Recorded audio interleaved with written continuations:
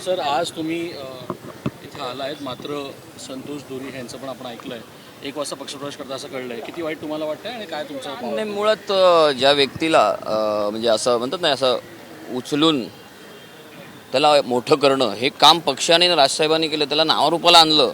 अनेक जबाबदाऱ्या पक्षाच्या त्यांच्याकडे आहेत.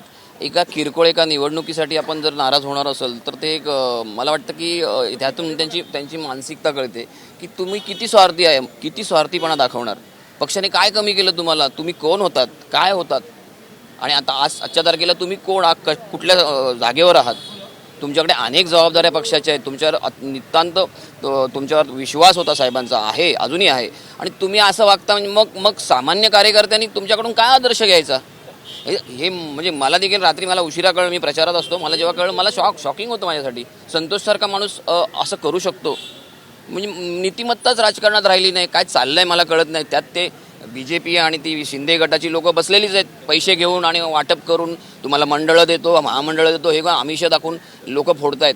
ह्यांच्याकडे स्वतःची लोकं नाहीत, दुसऱ्या पक्षातले चांगली चांगली लोकं उचलायची आणि स्वतःचे पक्ष चालवायचे. मला सांगा, शिंदे गट असो किंवा BJP असो, ह्यांच्याकडे 80%हून अधिक सगळे बाहेरच्या पक्षातलीच लोक आहेत. स्वतःच्या पक्षातली लोक दाखवा.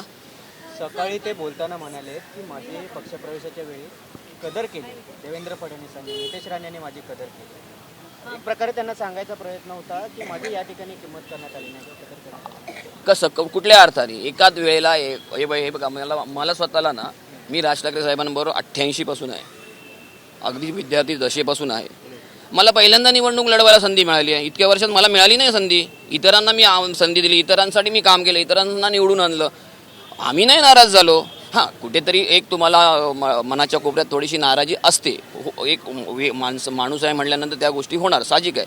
परंतु ज्या पक्षाने, ज्या नेत्याने तुम्हाला नाव दिलं, नावारूपाला आणलं, तुम्हाला मोठं केलं, तुम्हाला समाजात एक तुमची प्रतिमा उभी केली, हे कसं काय आपण विसरू शकतो?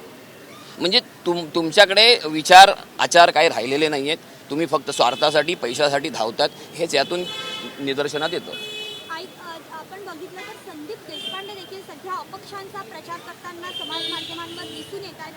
कशा पद्धतीने बघताय? कारण त्याच ठिकाणी तुमचे युतीचे उमेदवार तिथे ऑलरेडी उभे आहेत. कुठल्या अपक्ष? अनिशा माझगावकर असतील किंवा आणखीन काही अपक्ष आहेत, त्यांचे थेट समाज माध्यमांवर पोस्ट त्यांनी टाकलेल्या पाहायला मिळतात. मला वाटतं अनिशाजी ह्या आमच्या पक्षाच्याच आहेत आणि त्यांच्या कॉर्पोरेशनमधल्या सहकारी देखील आहेत. अगोदर दोघंही एकाच वेळेला नगरसेवक होते सभागृहात, म्हणून कदाचित एक मैत्री खातर एखादी पोस्ट टाकली असेल. याचा अर्थ असा होत नाही की ते पक्षाच्या विरोधात काही काम करत आहेत. त्यांनी मीडियाशी देखील रोज मीडियाशी संवाद साधणारे देशपांडे आता मीडियाशी देखील बोलायला नकार देताना पाहायला मिळतात. नाही, त्यामागचा उद्देश वेगळा आहे. त्यांचा उद्देश असा आहे की निवडणूक लढवणारे जे उमेदवार आहेत, कॅन्डिडेट्स आहेत, त्यांना फुटेज मिळावं. आज त्यांना फुटेज मिळण्याची गरज आहे, त्यांचा प्रचार होण्याची गरज आहे. तर तुम्ही उमेदवारांकडून तुमच्या प्रतिक्रिया घ्या, असं त्यांनी आम्हाला देखील सांगितलं. मला वाटतं पत्रकारांना देखील तसेच मेसेज दिलेले आहेत. तर त्यांचा तो उदात्त हेतू आहे. उलट त्याच्याकडे चांगल्या दृष्टिकोनातून पाहायला हवं आपण.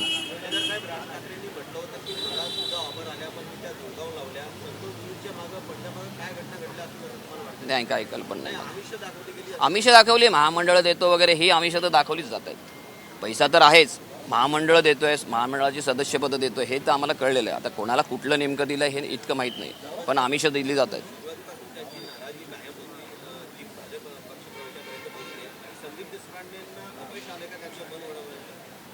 नाही, बघा काय, शेवटी बघा, कोणी किती मित्र एक असले तरी वैयक्तिक मत प्रत्येकाचं वैयक्तिक हे आहे. ज्याचा स्पेस ज्याचा त्याला असतो. की कुठल्या लेवलपर्यंत एखाद्याला त्याची मनधरणी करायची, त्याला एक लिमिट असतं ना. संदीप देशपांडेंनी त्यांची मनधरणी केली नाही असतला काही भाग नाही आहे, केलेली आहे. पण काय लहान बाळ नाही आहे, ते 56 वर्षाचा अगदी मोठा झालेला व्यक्ती आहे. त्याला किती वेळा समजवणार. आणि माझ्या माहितीप्रमाणे संदीप देशपांडेंनी त्यांना खूप समजवायचा प्रयत्न केला. सुजात,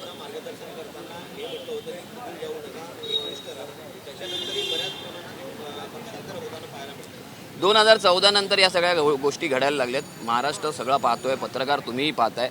महाराष्ट्राची राजकीय संस्कृती ज्या पद्धतीने बिघडत चालली आहे, UP बिहारसारखं सगळं वातावरण होत चाललं आहे. मतदारांनी आणि तुम्ही पत्रकारांनी देखील कृपया तुम्हाला विनंती आहे, या सगळ्या गोष्टी एक्सपोज केल्या पाहिजेत, लोकांमध्ये अवेअरनेस आणला पाहिजे तुम्ही.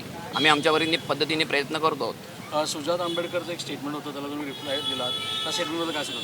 नाही, सुजात आंबेडकरांचं काही स्टेटमेंट नव्हतं. तो प्रॉब्लेम असा झाला की त्या दिवशी इथे डिबेट होतं, मला वाटतं लोकशाही 18चं. त्याच्यामध्ये आमच्या नेत्यांवर म्हणजे आदित्यजींवर, अमितजींवर त्यांनी टीका केली. त्यांचे जे कोणी होते कार्यकर्ते, म्हणजे वैयक्तिक खालच्या पातळीची टीका केली. त्याच्या रागाने मी देखील मग त्यांना असं म्हटलं की तुमच्या नेत्यावर आम्ही एक विशिष्ट शब्द वापरून म्हटलं अशा पद्धतीची टीका केली तर तुम्हाला चालेल का. त्याच्यावरून तो गदारोळ झाला. पण ती एक नेता टू नेता अशी ती टीका होती. त्याच्या कुठल्या समाजाला दुखवायचा आमचा काही हेतू नव्हता. त्याच्यामध्ये माझ्या ध्यानीमनी पण नाही ही गोष्ट. मला आता माझ्या सोशल मीडियाच्या टीमने सांगितले की त्या लिंक फिरवली जाते आणि त्याच्यावर खूप समाज दुखावलेला आहे आणि त्या नाराजी व्यक्त करतोय. तर मला वाटतं की मी कुठल्याही समुदायाला हेतूच पुरस्कार दुखवण्यासाठी असं काही बोललो नव्हतो. तो शब्द जो वापरला तो आताताईपणे रागाच्या भरात मी उच्चारला असेल. खरं तर माझा तो तोल गेला. मी संयम राखायला हवा होता. तर मी सर्व त्या समुदायाची मी दिलगिरी व्यक्त करतो. त्यांची काही मनं दुखावली असतील किंवा काही नाराजी त्यांच्यामध्ये असेल तर मी दिलगिरी व्यक्त करतो. कारण खरोखर सांगतो माझ्या ध्यानीमनी नाही. मी माझ्या स्टाईलमध्ये स्टान्समध्ये त्या बोलून गेलो. खरं तर तो संयम मी राखायला हवा होता. तो मी राखला नाही. त्याबद्दल दिलगिरी व्यक्त करतो. एबीपी माझा, उघडा डोळे बघा नीट.